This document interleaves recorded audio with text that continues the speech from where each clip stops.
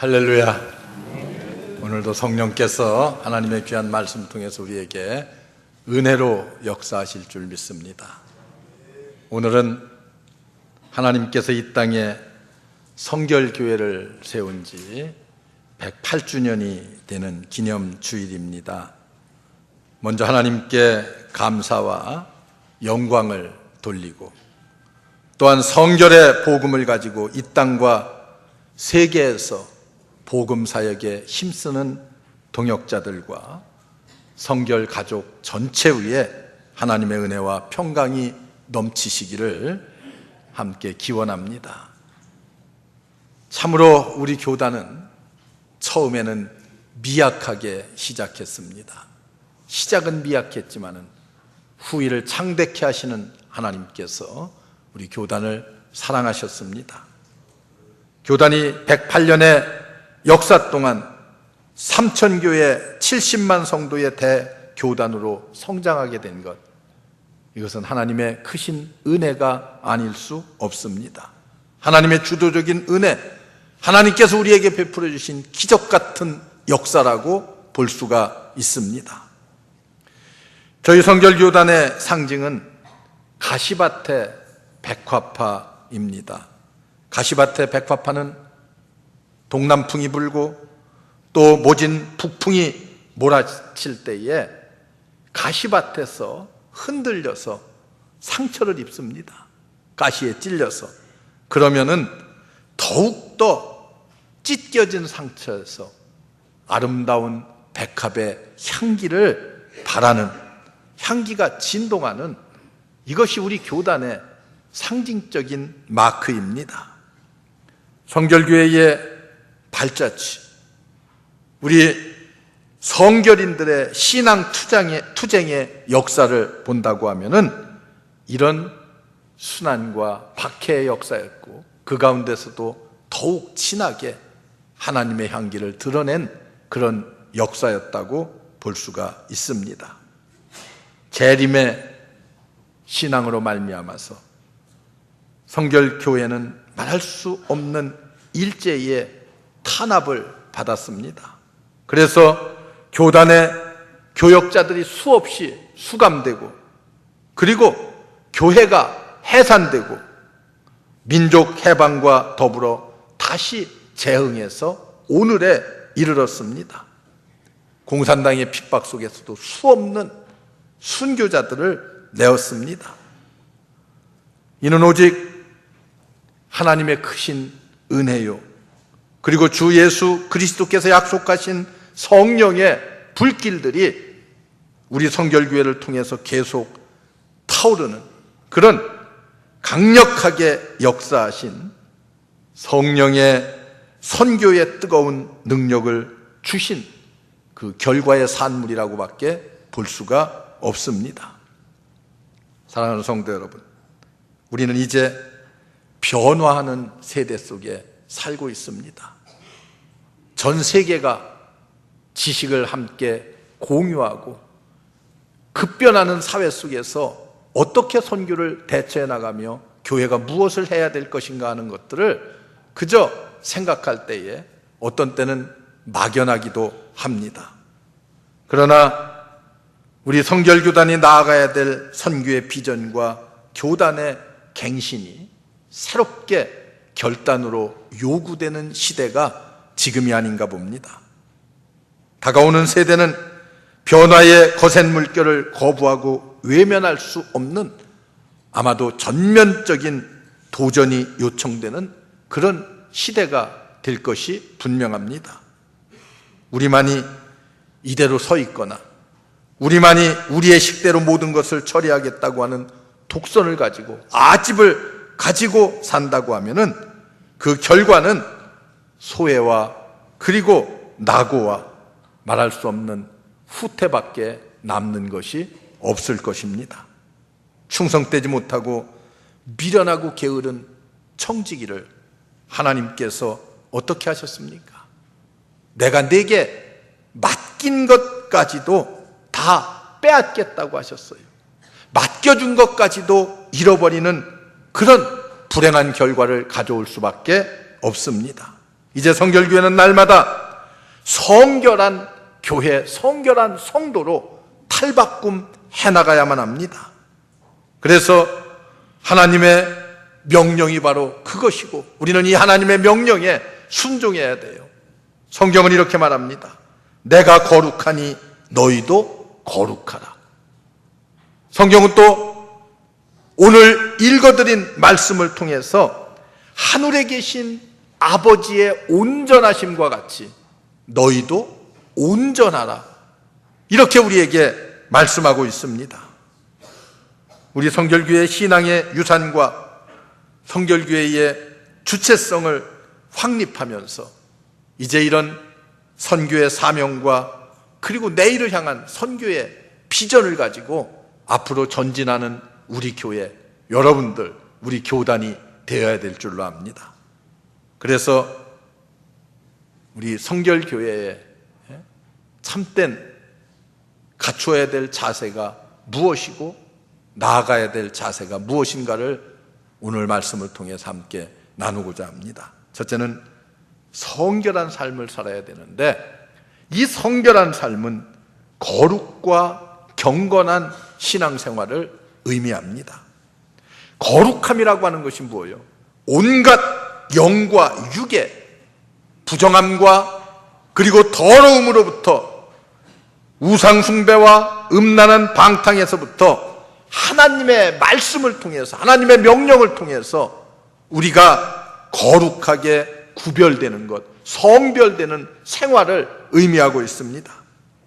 중생과 성결의 교리 또는 설교 이런 것들도 중요하지만은 성결교회의 모든 목회자들이라든지 성결교회의 모든 성도들이 이제는 어떻게 살아야 될 것인가 하는 것을 우리에게 말해주고 있습니다. 어떻게 살아야 됩니까? 거룩한 성도의 삶을 살아야 됩니다. 성결한 성도의 삶을 살아야 됩니다. 그래서 성결의 빛과 그리고 그 소금된 역할을 우리가 이 땅에서 잘 감당해야만 합니다. 이것이 우리가 해야 될 일이요. 성결한 생활을 이 땅에서 실천하는 아름다운 삶. 이것이 바로 하나님의 온전한 자녀가 되는 길이고 주 예수 그리스도 안에서 거듭난 새 생명으로서 크리스찬으로서의 도리를 다하는 삶이라고 볼 수가 있습니다. 그래서 성결교회가 성결하게 되고 성결교회 모든 성도들이 성결의 은혜로 새로워지는 것만이 우리 교단이 살 길이고 또 우리 한국 교계가 살 길이고 이 사회를 성결케 만들어가는 가장 축복된 삶임을 성경이 우리에게 말해주고 가르쳐주고 있습니다. 성결한 삶으로 교회를 그리고 나라를 깨끗하게 변화시키는 성결한 누룩과 같은 역할을 우리들이 해야 됩니다. 누룩이라고 하는 것은 뭐예요? 누룩 한 덩어리가 들어가서 모든 음식을 다 부패하게 만드는 거예요. 역으로 생각하면은 성결한 내가 들어가서 부패한 사회를, 부패한 장소를 거룩하게 성결되게 만들어가는 것이 성결의 누룩의 역할을 감당하는 것입니다. 사랑하는 성도 여러분, 성결한 나나의 삶을 통해서 내 이웃이, 이 민족이 거룩해지고 성결해지는 하나님의 놀라운 축복이 함께 하시기를 주의 이름으로 축원합니다. 두 번째, 우리 성결교회는요, 한국인에 의해서 출발한 토착적인 교회입니다. 감리교나 장로교는 다 미국의 아주 튼튼한 교단의 배경을 가지고 한국에 와서 복음을 전했습니다. 그런데 우리 성결교회는 물론 동양선교회라고 하는 선교단체의 후원을 받아서 카우만과 길보는이라는 선교사의 지원을 좀 받긴 했지만은 우리 교단은 해외에 어떤 선교적인 기반을 갖고 있던 그런 교단이 아닙니다. 한국인 전도자였던 정빈 그리고 김상준 두 분에 의해서 1907년도에 시작된 복음 전파가 오늘에 이르러서 한국의 개신교 3대 교단 중에 하나인 교단으로 발전할 수가 있게 되었습니다. 이게 하나님의 은혜요, 하나님의 기적의 역사라고밖에 볼 수가 없습니다. 우리는 성결한 그리스도인으로서 성결교회의 가족이 되었다고 하는 것을 긍지로 알고 자부심을 가지고 살아가는, 그렇게 신앙생활하는 여러분들 되시기를 주의 이름으로 축원합니다. 그리고 성결교단은 박해 속에서도 부활의 체험을 가진 교회로 순환을 이겨온 교단입니다.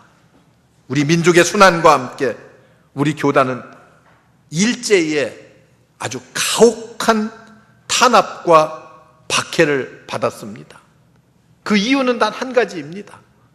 우리 교단이 주장하는 사중복음 가운데 중생, 성결, 신유, 재림, 그 중에 재림의 신앙이 천황을 섬기는 것과 위배된다고 해서 우리 교단을 유독 박해하고 말할 수 없는 순환을, 또 탄압을 우리 교단에 가했습니다. 그 결과 일제 마력 1943년 12월 29일에는 일본 식민지 정책에 의해서 우리 기독교 대한성결교회는 교회가 완벽하게 문을 닫아야 되는, 해산을 해야 되는 그런 아픔을 겪었습니다. 수많은 목회자들이, 수많은 성도들이 투옥되고 구속을 당했습니다. 1945년, 2년 뒤에 1945년 우리 민족의 해방과 함께 이 땅에 성결교회가 다시 재건되었습니다. 그래서 재건 60교회 총회를 맞이했습니다. 교회의 머리 대신 예수 그리스도의 죽음, 예수 그리스도의 부활,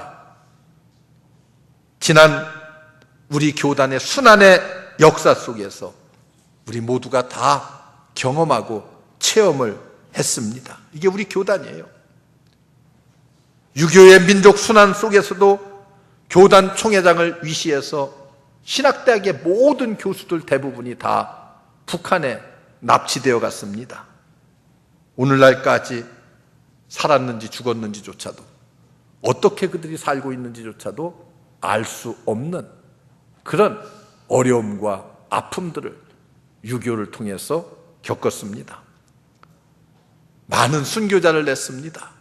충남의 병천교회는 60여 명이나 되는 목회자와 그리고 장로님들, 온 성도들, 주일학교 아이들까지 한 교회당에다 다 몰아넣고 공산당들이 기름을 붓고 불을 질러 죽이는 이런 끔찍한 일들도 우리 교단의 교회들이 겪었습니다.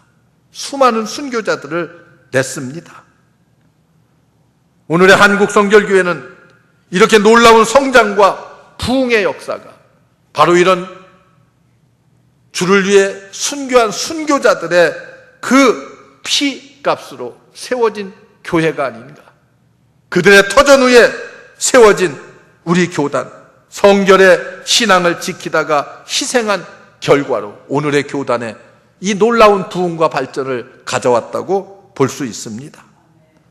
우리 교단이 앞으로도 더더욱 부흥하고 성장하는 교단으로 나아갈 수 있도록 여러분들이 힘을 합쳐서 성결한 삶을 살고, 그리고 성결의 복음을 우리 지역에, 우리 주변에 널리 증거하는 복음 전도자들이 되어야 될 줄로 믿습니다.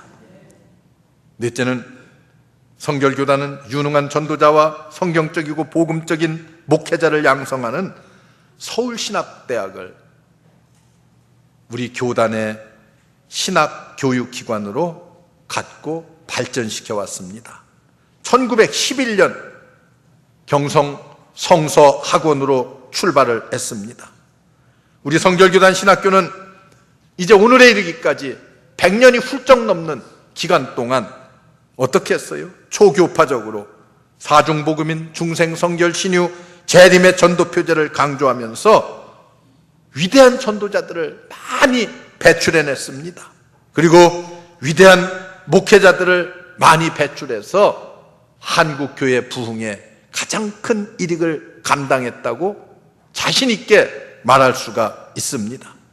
장로교나 감리교회도 우리 신학교를 졸업한 수많은 지도자들이 가서 그곳에서 활동을 하고 있고 그들을 통해서 한국교회 성장에 큰 공헌을 했다고도 볼 수가 있습니다.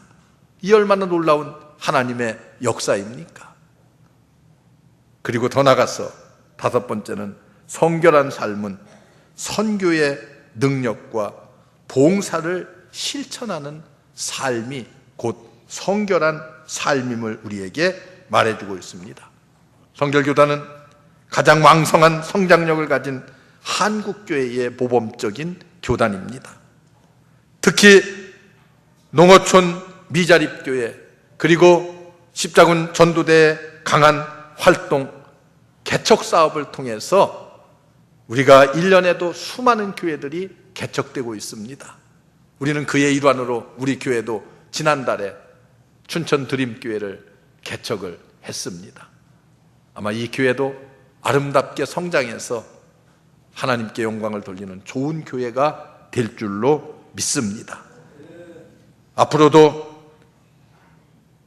선교에 많은 어려움들이 있을 것을 예상하고 있습니다. 제가 농어촌 교회를 많이 둘러보았습니다. 거의 대부분의 농어촌 교회는요, 교회 학교가 없습니다.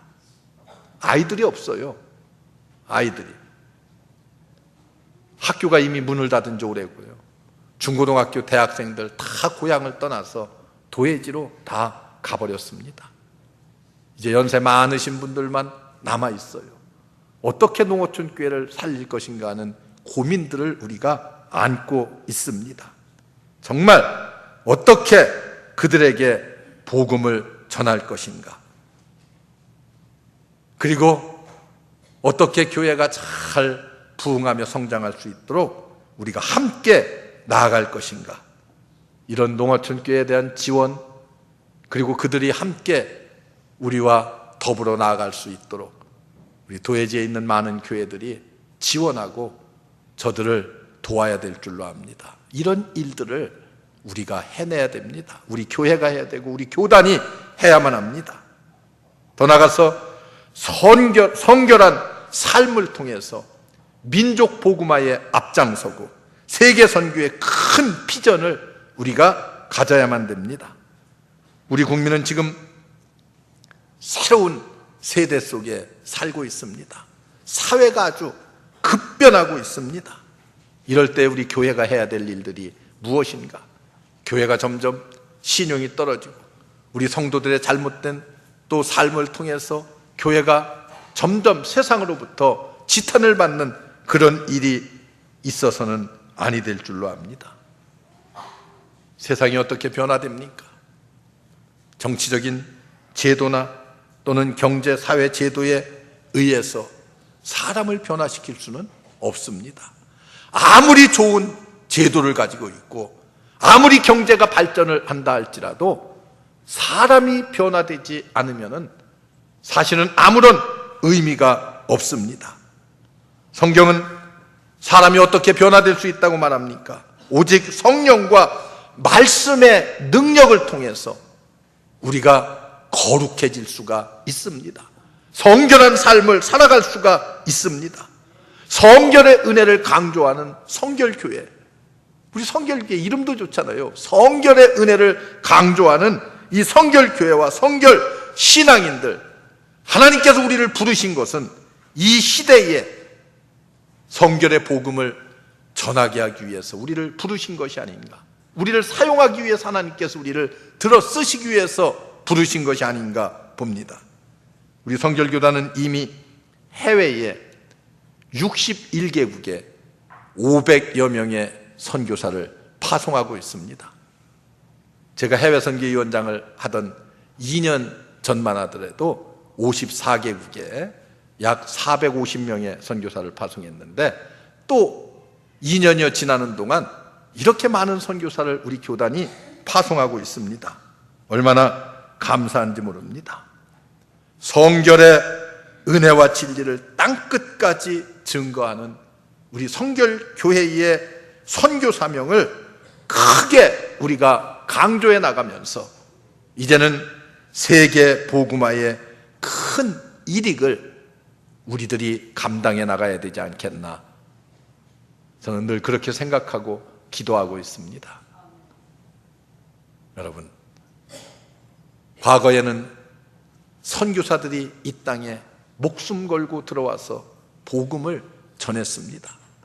그러나 이제는 우리가 100여 년의 짧은 역사 속에 이런 부흥과 발전을 우리에게 보여주신 것은 하나님께서 우리에게 맡겨진 막중한 사명이 있어서가 아닌가 봅니다. 그 사명이 무엇입니까?